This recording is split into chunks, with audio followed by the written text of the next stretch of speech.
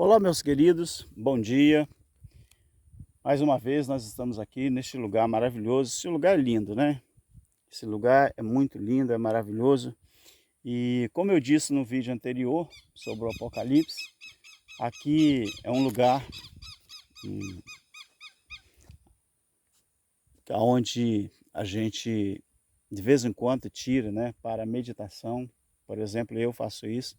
Aqui é uma área rural, mas aqui é um açude, né?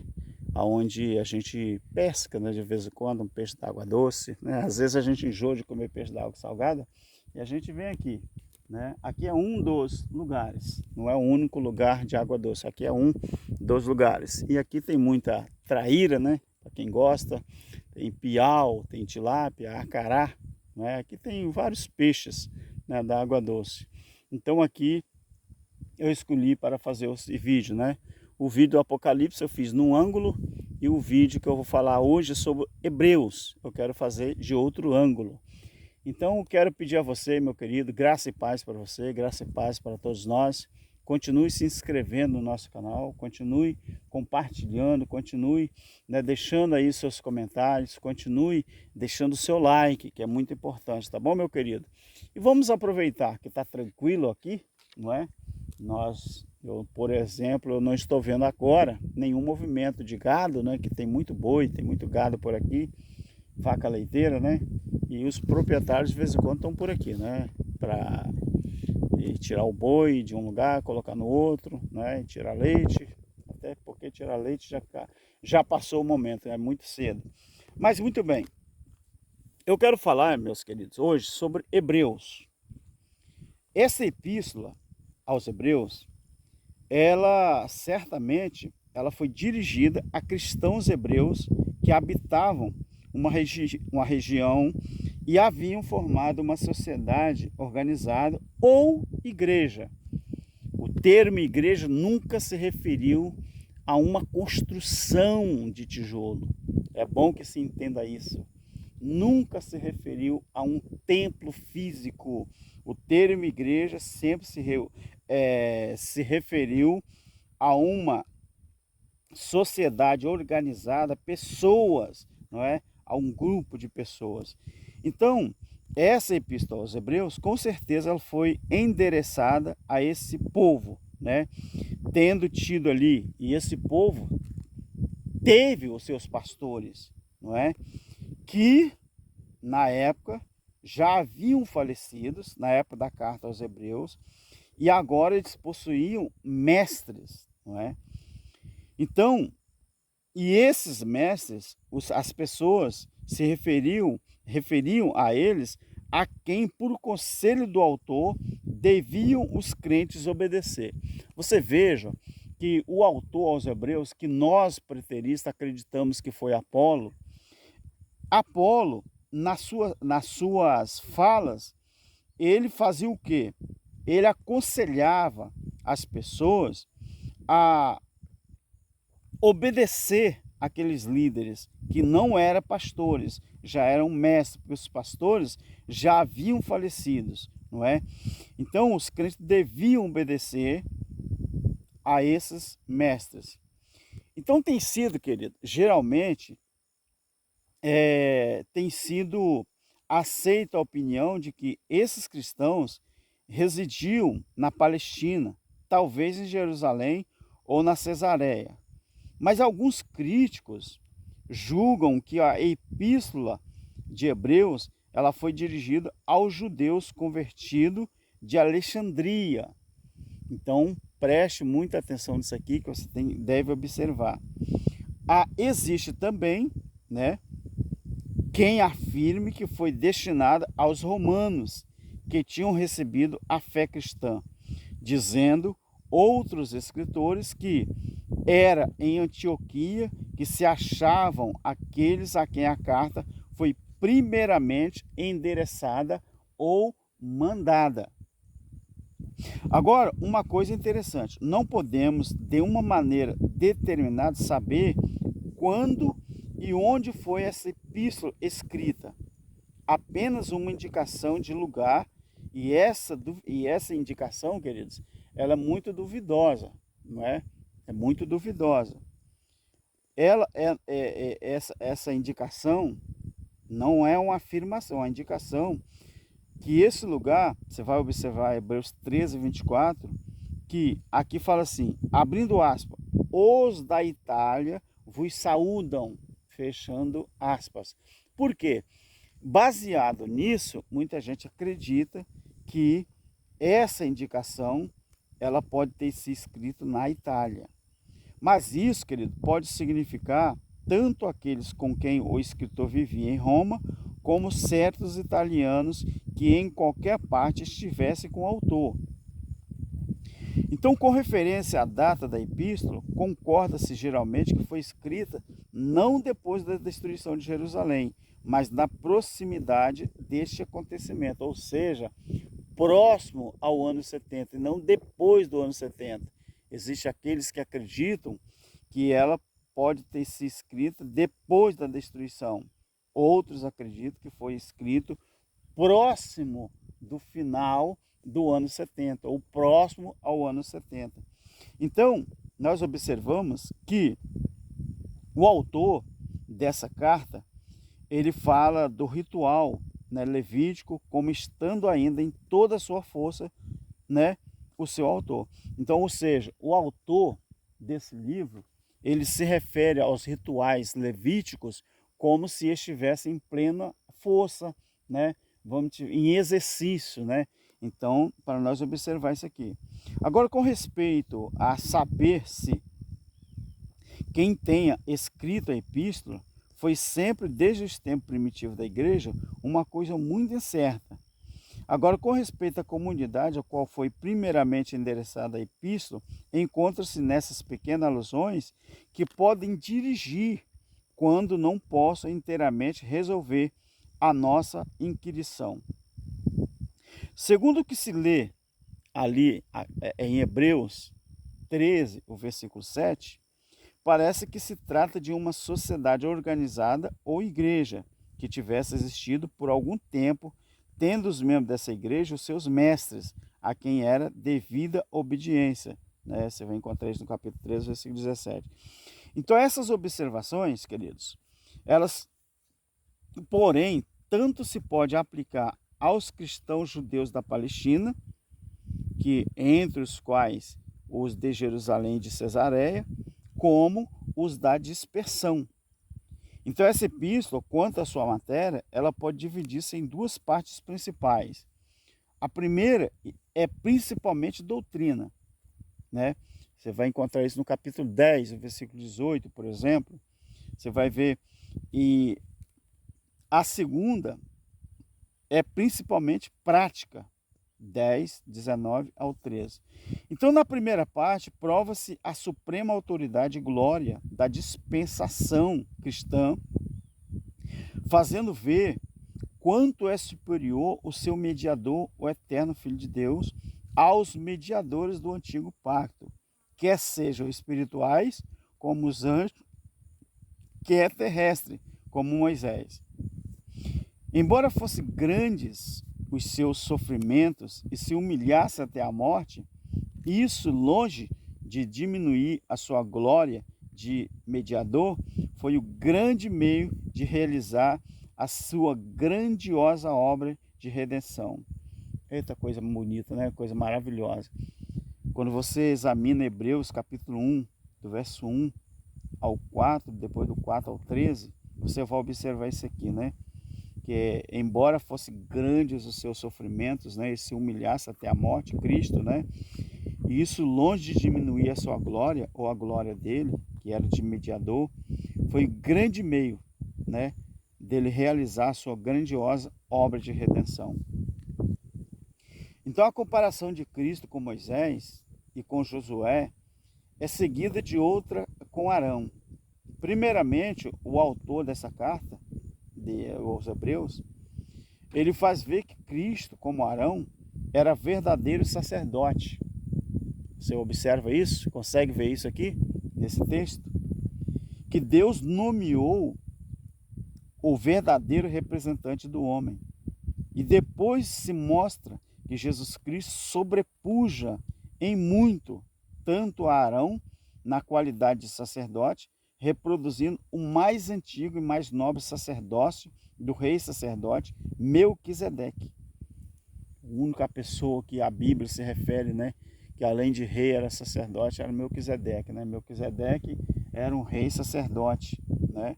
Então, essa eficácia, que ela é intrínseca e perpétua do seu único sacrifício, como perfeita apropriação pelo pecado, ela é posta em contraste com a virtude típica e cerimonial daquele sacrifício, muitas vezes repetido, os quais estavam já terminando. Você vai olhar isso no capítulo 4 de Hebreus, versículo 14, né?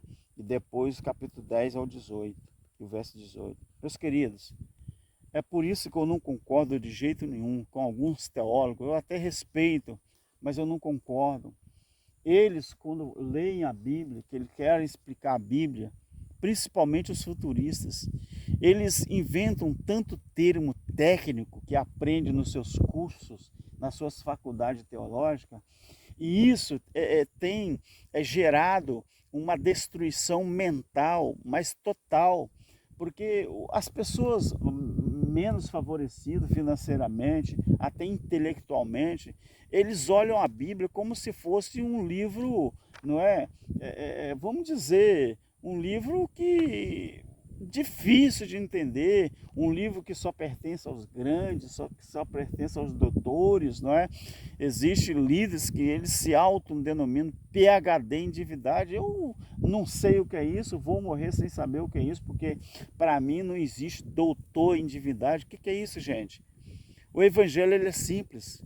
O evangelho é simples, não precisa ninguém ficar usando de termos técnicos que só confundem a cabeça das pessoas. O evangelho ele é simples, é só você ler o que está escrito. Agora, o entendimento você pede a Deus, você pede ao Criador e Ele te dá o entendimento. Agora, esse negócio de ficar usando termo técnico para atrapalhar ou para dificultar o entendimento das pessoas, isso é prejudicial, isso é destruidor. Então, eu não concordo com isso. Aos futuristas, eu quero até, se vocês tiverem alcance desse vídeo, vocês, poxa, a gente respeita vocês, mas vocês leem a Bíblia, expliquem a Bíblia. Para com esse negócio de futurizar as profecias bíblicas. Está na cara que tudo já aconteceu. Gente, nós não temos uma outra Bíblia. De 70 para cá, nós não temos uma outra Bíblia. A Bíblia foi escrita para contar a história de um povo, para contar a história de Israel. Ou você acha que a história do Brasil, as pessoas dos Estados Unidos, da Alemanha, da Inglaterra, têm que viver de acordo com a história do Brasil? História do Brasil é do Brasil, da Alemanha é da Alemanha, dos Estados Unidos é dos Estados Unidos, né? Para que ficar impondo nas pessoas uma coisa que não é para nós? O que a Bíblia serve para nós? O que a Bíblia serve para nós é que tudo aquilo que foi escrito na Bíblia no Antigo Pacto foi para contar a história da lei. O que foi escrito no Novo Testamento é para contar a história que houve lá. Serve para nós? Serve. De Romanos até Filemão, você vai tirar aprendizados, mas não quer dizer que você tem que viver de acordo com a cultura do povo hebreu, não. Aquilo ali é para o nosso caráter, para o nosso moral, nosso entendimento. Nada tem a ver com cultura. Se você quer usar a Bíblia como princípio 100% para você, então você tem que se circuncidar também. Então você tem que viver como judeu. Deixa a sua barba crescer, bota um quipá na cabeça, bota aqueles objetos que os judeus carregam, muitos judeus até hoje, dependendo da área, né, de Israel. Queridos, vocês, pelo amor de Deus, vocês ensinam que templo físico é igreja. Vocês ensinam que batismo na água ainda vale. Vocês ensinam que o crente, para ser salvo, tem que pagar dízimo em dinheiro. Vocês ensinam que a Santa Ceia, um pedaço de pão e um copo de vinho, é uma grande coisa, que a pessoa tem que praticar aquilo. Não, queridos. O vinho que você toma hoje e o pão que você toma hoje, amanhã está na privada, está na rede de esgoto. e vai para a estação de tratamento. Você fala que é o corpo de Cristo, então você está jogando o corpo de Cristo na latrina, você está jogando o corpo de Cristo na rede de esgoto. Pelo amor de Deus, o corpo de Cristo, querido, é pessoas, a igreja. Você tem que parar, você tem que aprender, pelo amor de Deus. Deus está usando pessoas simples, do jeito que está na Bíblia, para confundir os grandes. Nós estamos na era do Evangelho Eterno. Na era do Evangelho Eterno, Deus está usando pessoas simples, pessoas que não têm quarta série, pessoa que não tem segundo grau completo, não tem um doutorado, para dar banho de entendimento a vocês, pelo amor de Deus. Até quando que essa máscara de vocês vão continuar de pé? Eu até entendo vocês que vocês precisam de sobreviver com o dinheiro dos outros, mas pelo amor de Deus, fale a verdade, fale errado igual nós falamos, pregue feio, ensina feio do jeito que a gente ensina, mas pelo menos ensina a verdade. Eu não troco a minha camisa surrada, eu não troco a minha camisa suada pelo terno de vocês, pela gravata de vocês de seda, pelo carro do ano de vocês importado. Eu não troco, mas eu quero morrer, mas com a consciência tranquila de que eu fui um daqueles que ensinou a verdade para o povo, através do preterismo, que a gente só lê o que está escrito. Então deixa eu continuar, já estou aqui indignado. Na conclusão dessa epístola do livro de Hebreus, são vivamente exortados os hebreus a continuarem a sua vida de fé com paciência e alegre confiança no meio de provações presentes. Então isso prova, queridos, que a fé é em virtude essencial na participação das prometidas bênçãos de Deus.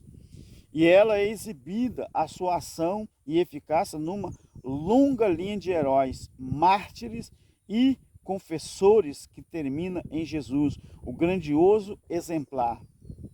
E são os cristãos hebreus encorajados a sofrer também as suas provações, como sendo um paternal castigo que devia produzir o mais alto bem. Os gloriosos privilégios do novo pacto ou da graça são apresentados aqui para fazer conhecer o terrível perigo da apostasia, capítulo 10, versículo 19 ao capítulo 12. Então, querido, aqui nós observamos também que tem uma coisa muito importante, que também nesse livro seguiu-se algumas exortações para o cumprimento de especiais deveres, preceitos e regras da vida. E esse livro, o escritor fecha com uma notável epístola, com uma doxologia e bênção. Eita glória. Eu ia falar eita graça, né? Eita graça, eita glória, é a mesma coisa. Meus queridos, nós que somos filhos de Deus, nós devemos sempre colocar nas nossas cabeças uma coisa. Eu vou falar uma coisa aqui que eu não falei em nenhum outro vídeo. É necessário você abandonar a religião. É necessário você abandonar o sistema religioso.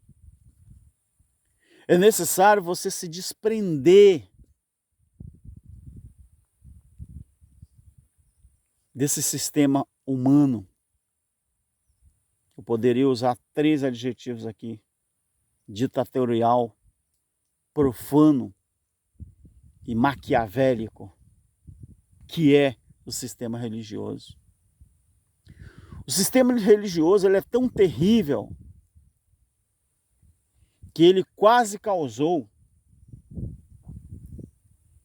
poderia até não falar isso aqui, ele quase causou uma destruição na minha família, que os prejuízos seriam incontáveis. Você que é inteligente, espiritualmente falando, e psicologicamente falando, e emocionalmente falando, você vai entender. E até hoje, queridos, eu ainda sofro essa resistência. Por quê? Porque você acha que é todo mundo que recebe o entendimento da graça de Deus? Você acha que é todo mundo que tem o entendimento do Evangelho Eterno? Não, queridos. Então, depois que eu me desliguei do sistema religioso, eu parei de frequentar casa dos homens e passei a estudar a palavra de Deus do jeito que tem que ser, queridos, pelo menos a minha vida particular, a minha vida espiritual melhorou 100%. Não foi 80 nem 70 não. Então é necessário, queridos. É necessário. Você quer viver com a sua consciência tranquila, espiritualmente falando? Abandona esse sistema o quanto antes. Tá bom? Abandona. Não tem problema se alguém da família dizer que você está errado, dizer que você está errado, se alguém te menosprezar. Deixa eu fazer uma pergunta para você. Qual o dia que nós vamos ser melhor que Jesus Cristo? Você sabe qual é o dia que vai acontecer isso? Nunca. Nunca vai acontecer. Por quê?